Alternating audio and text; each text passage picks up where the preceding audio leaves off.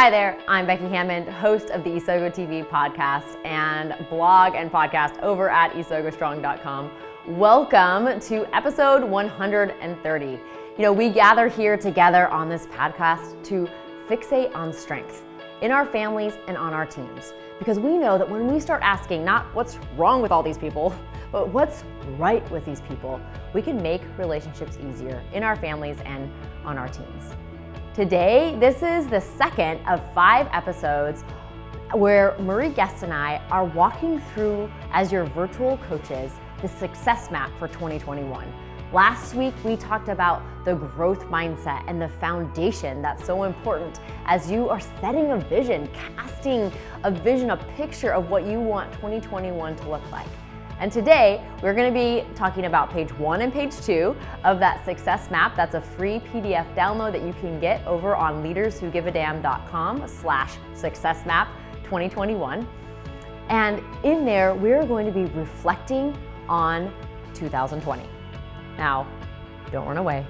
2020 was a year to remember. But as we talked about last week, there's not just like a magic switch that flips when all of a sudden 2020 turned into 2021.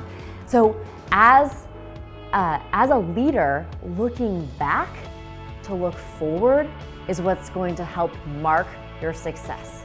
So we will be chatting about that and explaining the first couple pages of the success map over this next conversation. So I look forward to diving in with you. Hello, Becky. It's so great to be catching up with you again and talking about planning for 2021 and setting our goals. But before we get there, we want to reflect on 2020 and the year that has been, and building on our previous conversation about our mindset and having that growth mindset. So looking forward to this chat with you today.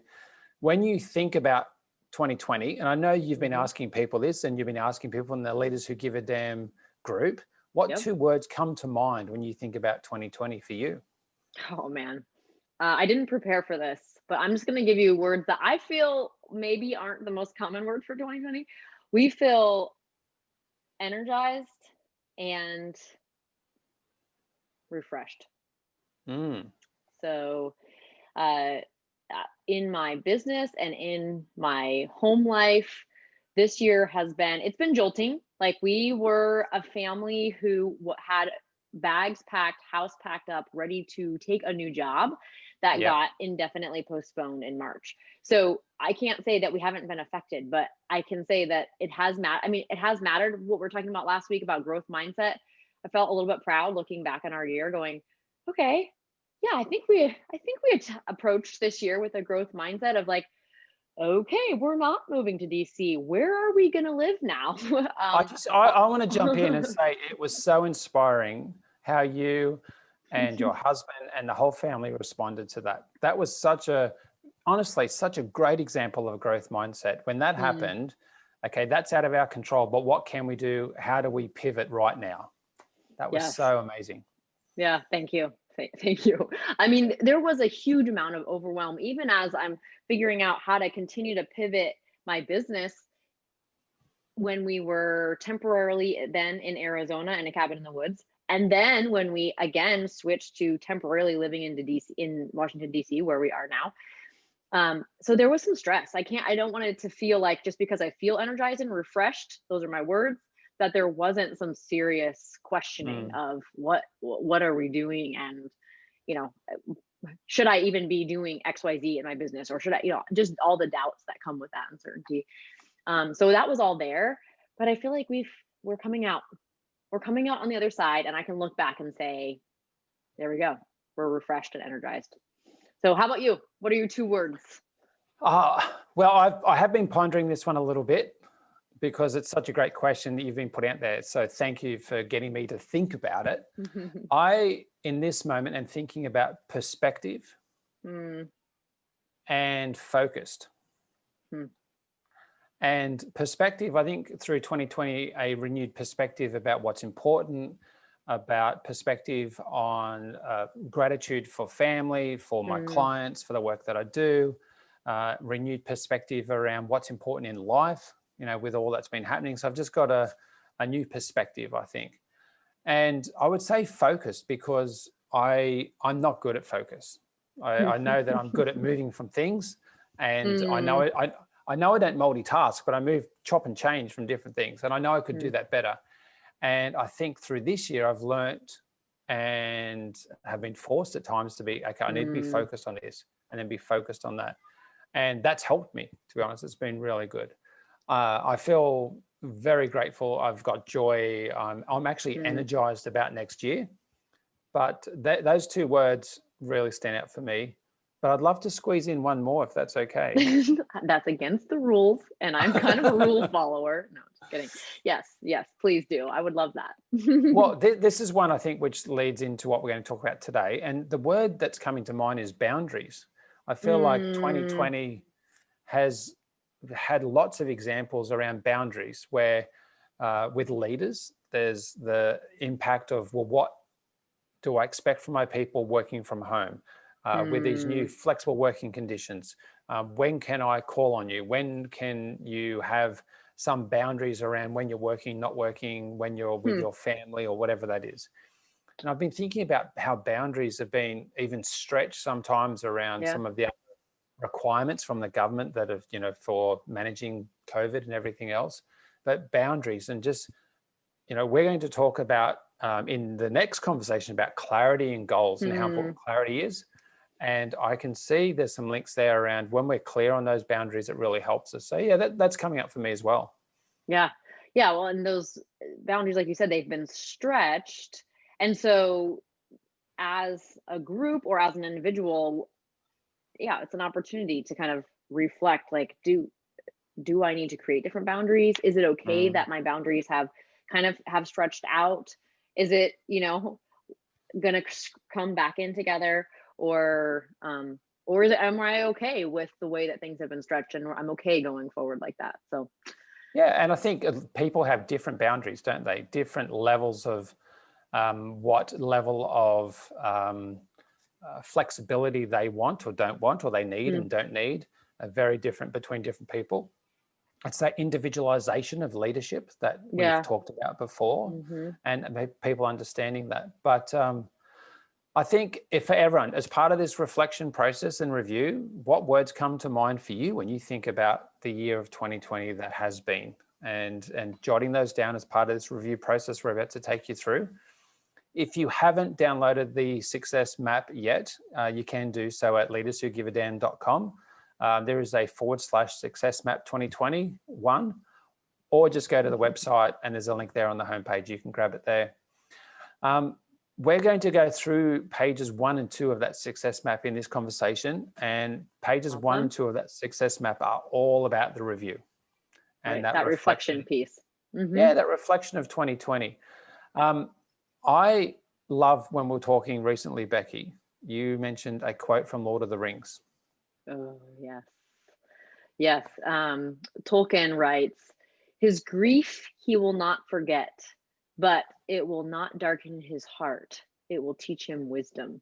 And we talked a little bit in last conversation about how there has been hard things. I don't want to say there have been some hard things, but no, there have been huge challenges for you, for me, for leaders out there, for whole entire industries, and for families. And we don't want to rose color paint this, yet we also want to make sure that we don't let it darken us, that we don't say 2020 is, I'm so glad it's gone, it's in the pits, let's just move on, but rather let it bring us wisdom and not darkness, even in that hardship.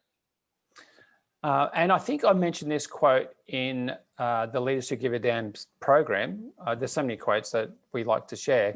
But this one that is from a guy I used to work with, Eric Napier, and I just love this quote. And it is just simply, the past is a place of reference, not residence, which I think links beautifully to what you're saying. Yes, we don't need to forget things, and we can reference those things, and we can leverage those events and times and experiences to help us learn from those moving forward.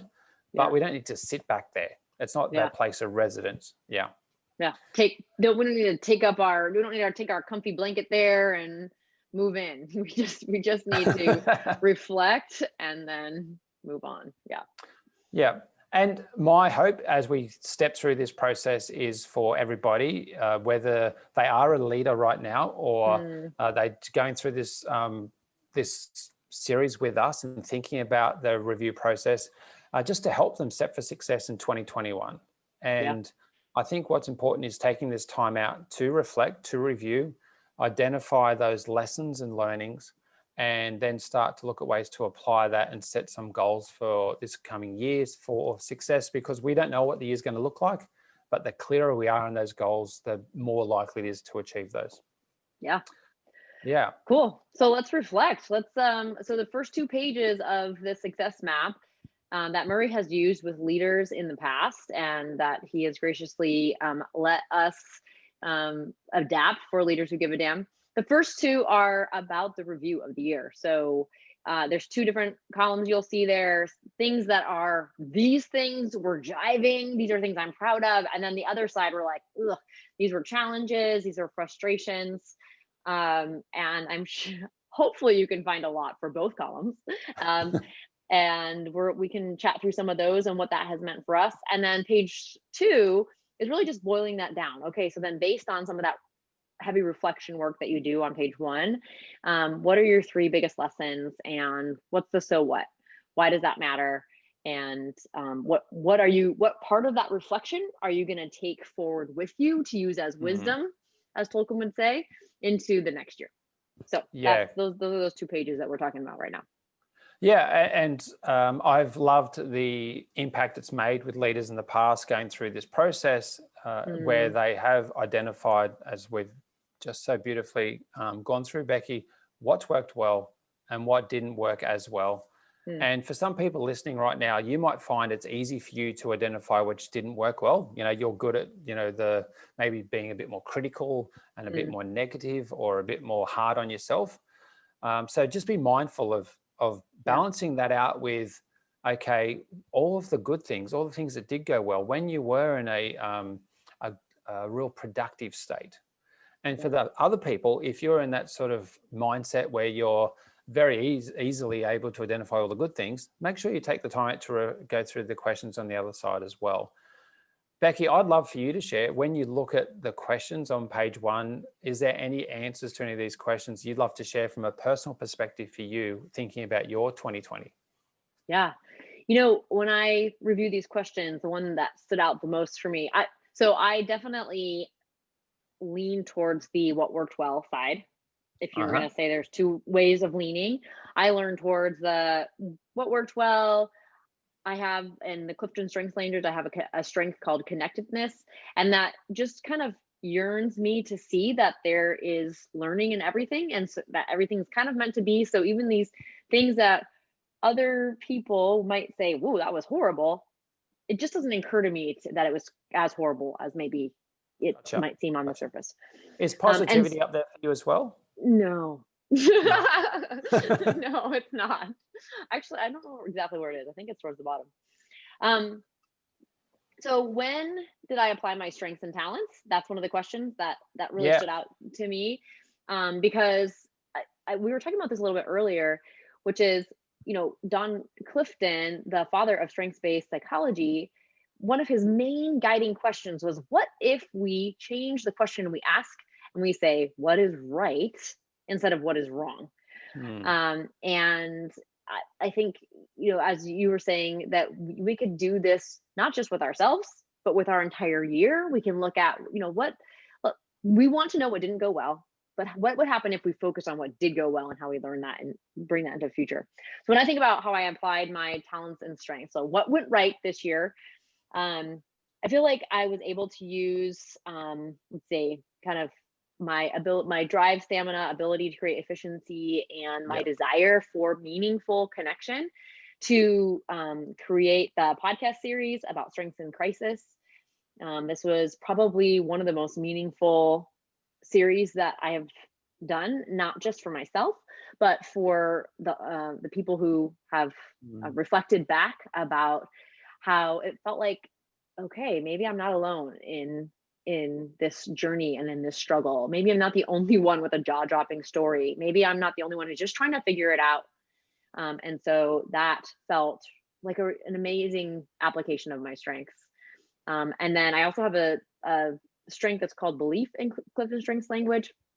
And the space that this year has created for family has just fed my soul.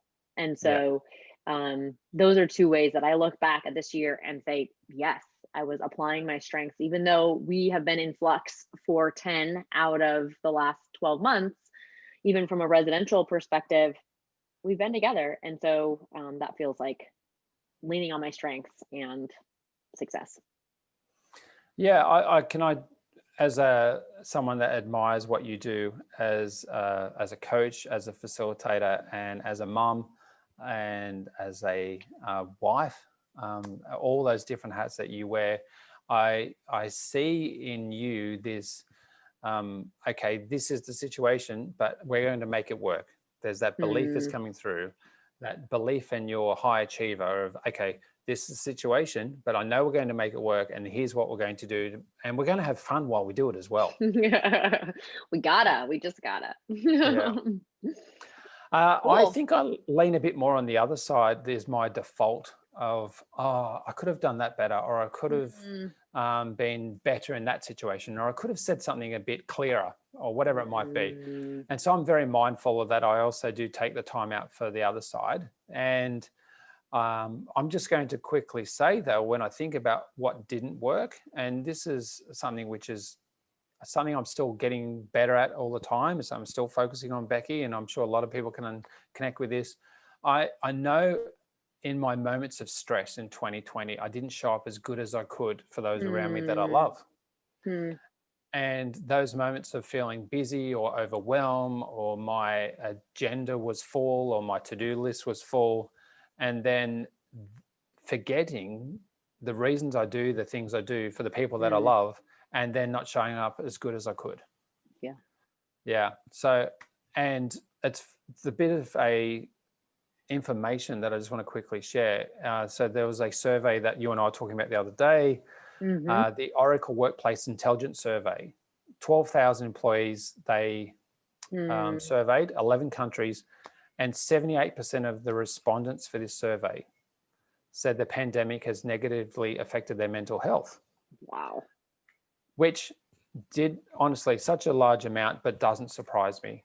Right. And I think about that statistic. I think about myself and the people I've been working with, and how important this conversation with ourselves and others is around our mental health and our well-being. Because I know for myself, as I was saying, when I've been getting stressed and overwhelmed and thinking about all that's going on, then I'm not showing up the best I can for those around me that I love. So so I'd be writing that down in my review about how I can do that better going forward. And that's one of those lessons I'm taking forward. And as leaders, it's something that we need to be mindful of around, 78%, that's nearly 8 in 10 people have had that negative impact on their mental health. Yeah. And what that really means, and I think I'm taking us a little bit off topic, but I just hardly can help it, is that we are, as leaders, walking around with people who aren't 100% well. That people have felt they're in some way, there's a stressor in their life or in their psyche or in their physical body that just makes them not be 100% well. And so the impact of that, not only on our reflection of the year, but also our planning for the future as leaders, we got to know, like, people are feeling stressed still to this day, right? Like we talked about in our last conversation, there's no magic 2021 switch that's going to make everything all starry-eyed again. And so as leaders, how can we even include this into our reflection of last year and going into this year? You mentioned earlier our conversations we had back mid 2020, the leadership lessons through lockdown. And one of the ones that really stands out to me right now is that conversation about grace and kindness and how important that is from a leadership perspective. and how bringing that grace, that kindness in a leadership approach for those people that you are leading, you are influencing, that you care for. So if you haven't listened to that, please, I invite you to go back and check those out in the Leaders Who Give a Damn series, because it's just such a great reminder around, like you're saying, Becky, with that stress everyone's still feeling right now, that we consider that how can we show up with more kindness for those people that we are leading as well. But in that review, I'm going to flick to the other side, then I would like to hear one from you as well. So for me, I'd also say what has worked well is, I'm going to use that word which has been used a billion times in 2020. I did pivot this year. I've pivoted to online, and to be really honest, it was one of those aha moments where I thought, you know what, maybe I should listen to my wife. For the last however many years. No pandemic. Yeah. So, and when we get a driver for change, we'll make the change. And for the last few years, Tammy's been saying to me, hey, why don't you do things online? I like facilitating, working with people face to face. When COVID hit, I did need to pivot online, and I've ran over 100 online sessions this year, which has been fantastic. Amazing. Which I've enjoyed. I've really enjoyed. So I say that's worked really well, that opportunity to pivot and to do that, because that's given me some flexibility around how I'm spending my time when I'm not facilitating, less travel, to be honest. So that's been really good. So I've really enjoyed that. Becky, for you, any other reflections on 2020? I think I feel like maybe this could go in both categories, or it straddles, is I have seen where we just need to celebrate. And so I think that comes up on the didn't do so well side of, did we pause? Did we pause long enough to celebrate the things that are happening, even if the things originally weren't awesome things, but they turned into something awesome. Like, we realized one day we woke up and we're like, wow, we spent more time together as a family than we ever have. Or, wow, our baby daughter who's 1 year old goes to daddy before she goes to mama. Like, that's huge. That's a huge it's a huge, tiny, teeny tiny little thing that feels like it deserves a huge celebration in our minds, at least a pause. And so sometimes we did that and sometimes we didn't. And so I'm cognizant, that's the word. Yeah. Of the fact that that's not something I'm great at, of pausing. I like to just be like, oh, there's a problem. I can figure out how to make it unturn into a problem. I can see how, there's so many great things about this. We can make this so much better. And I think that would be one of my lessons for the year, is what does it look like to pause, to celebrate a little bit more in the coming year? So I think, does that take us into the second page, the three biggest lessons? I think it does. I just want to share something with everyone right now, though, and that is, this is the power in these conversations and doing the review, because we hadn't talked about this. And as you're saying that, I'm getting that awareness for myself, going, I could do that better as well. Like, where have I celebrated or recognized the little things, and where just in my busyness, I haven't done that. I mean, I'm big on doing reviews and reflecting, but celebrating, I could do more of that, definitely. Thank you. Yeah, I've got to write that one down and add that to my review as well. Cool. On the review side, and just before we skip through into page 2, people might be thinking, I don't have time for the review. I don't, I've got to get on. I've got my busyness. I've got to get into 2021, or whatever it might be. Again, and we mentioned this a little bit in our last conversation, think about, those high performance people. I had a conversation a few years ago with Rob Field from Top Gun. So he was a Top Gun boss and a Blue Angels boss. For those that don't know, Blue Angels for the US Navy, this demonstration group.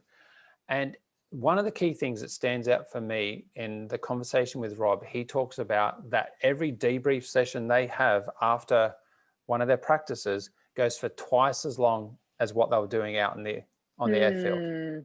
Interesting. Yeah, so they might be flying, doing formations for a show for an hour. Their debrief straight after will go for 2 hours. At least, he said, at least. And the reasons they do that is, how can we make it better? How can we make it safer? How can we make it more efficient? And this robust process helps them improve and perform at the most highest level. So I just hope that gives everyone some inspiration about the power in doing this process as well. Cool. Yeah, like it's worth the time, even when we're busy. And as we you and I are essentially doing this as we talk, and whatever this conversation, that's the length of this conversation ends up being, potentially could be just as much time as it takes. It doesn't have to be a month-long project or taking a day out to think about it. It can be done in little increments over time. Yeah, and can be done while you're doing some jobs around the house, or going for a walk or a jog or to the gym, or whatever it is that you like to do as well. What we invite you to do after you do that reflective process, going through some of those questions to prompt you on page 1, you then move to page 2. And the aim here is to pull out those 3 biggest lessons when you think about at your best and you're getting to use your strengths and talents, or maybe when you weren't showing up at your best, or you could have done things better, whatever comes to mind, you then distill those down into those 3 biggest lessons and what they might be for you. And I've actually done a bit of homework here, Becky. I know. I'm aware of how well you can do your homework. So responsibility. Yes, I do have responsibility.